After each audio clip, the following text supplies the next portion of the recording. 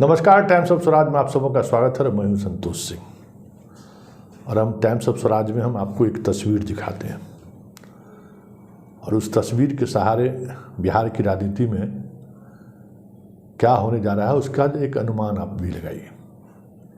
तस्वीर देख रहे हैं, अजय आलोक हैं और साथ में रेल मंत्री हैं।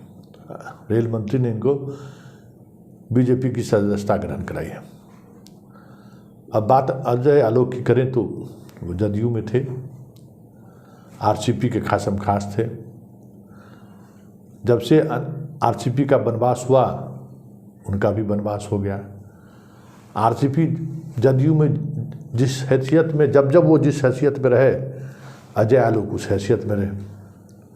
लेकिन बड़ा सवाल ये है कि अजय आलोक ऐसी क्या परिस्थिति बनी कि वो अकेले जाकर बीजेपी का सदस्यता ग्रहण कर ली, जबकि चर्चा ये थी कि आरसीपी सिंह भी जल्द ही बीजेपी में शामिल होने वाले हैं, इसी महीने में शामिल होने वाले थे। ऐसा क्या हुआ कि आरसीपी बाहर रह गए और अजय आलोक को एक प्लेटफॉर्म की ज़रूरत थी। वैसे भी राजनीतिक विश्लेषक के रूप में टीवी चैनल में वो बीजेपी के प्रवक्ता के रूप में ही अपनी बात रखते थे, लेकिन वो आरसीपी को छोड़ दिल्ली अपने सर्किल के माध्यम से बीजेपी वो ज्वाइन कर लिए हैं। कुछ तो बात है, कुछ तो ऐसी बात चल रही है जिस वजह से आरसीपी को लेकर बीजेपी सहज नहीं है, या फिर आरसीपी ने जो भरोसा दिलाया था बीजेपी के केंद्रीय नेतृत्व को, उस भरोसे पर आरसीपी खड़े नहीं उतरे हैं। यही सवाल है। देखिए, आरसीपी मंत्रिमंडल से हटाए गए, फिर गठबंधन टूटा बिहार का।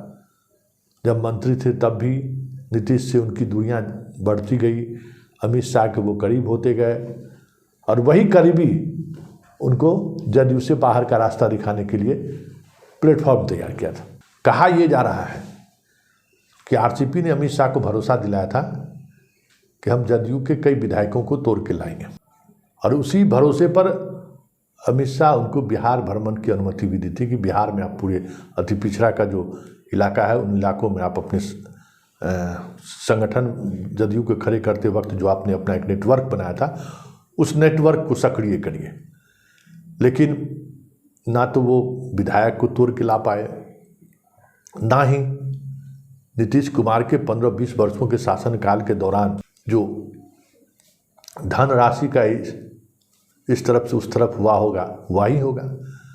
जिस तरीके से 1 रुपये का काम 3 रुपये में निर्धारित किया गया, कई डेवलपमेंट के काम में ये चर्चा है। वो सारी जानकारी की उम्मीद अमित शाह कर रहे थे आरसीपी से, वो भी जानकारी देने में विफल रहे आरसीपी, क्योंकि अगर उस तरह की कोई जानकारी पर कार्रवाई होती है तो सर्वे सर्वा तो आरसीपी ही थे ना। तो आरसीपी ने उस तरह की भी जानकारी देने से परहेज की। तो फिर आरसीपी की जरूरत कहाँ है बीजेपी की? और वहीं दूसरी ओर स्टेट बीजेपी यूनिट का मानना है कि अगर आरसीपी पार्टी में आए तो ये जो कहा जा रहा था कि आरसीपी को या नीतीश और आरसीपी के बीच विवाद खड़े करने के पीछे बीजेपी खड़ी थी, वो बात फिर से साबित हो जाएगा और उसका नुकसान बीजेपी को उठाना पड़ सकता है, क्योंकि कुर्मी वोट चाहकर भी आरसीपी बहुत बड़ा बदलाव नहीं ला सकते हैं, इसलिए इनके लाने का कोई मतलब नहीं है। और नालंदा में कुर्मी के बजाय अदर बैकवर्ड को अगर हम लोग टिकट देंगे तो उतनी मजबूती से वो फाइट कर सकते हैं, हम लोग जीत भी सकते हैं। लेकिन कुर्मी की लड़ाई में हम लोग नहीं जीत सकते। ये स्टेट बीजेपी का अपना फार्मूला है। तीसरी वजह ये भी रही। तो अब ये समझ लीजिए कि आरसीपी का राजनीतिक जीवन का जो एक पटकथा लिखी गई थी नीतीश के हाथों, वो अमित शाह के हाथों उस पटकथा पर विराम लग जाए तो कोई बड़ी बात नहीं होगी। वैसे राजनीति है, कब कहाँ किसको क्या जरूरत पड़ जाए वो आने वाला समझना बहुत मुश्किल है। लेकिन फिलहाल आरसीपी को लेकर जो खबरें आ रही थी, वो अजय आलोक के बीजेपी में शामिल होने के बाद इस तरह की संभावनाएं लगभग समाप्त हो चुकी हैं कि आरसीपी अब बीजेपी में जाएंगे।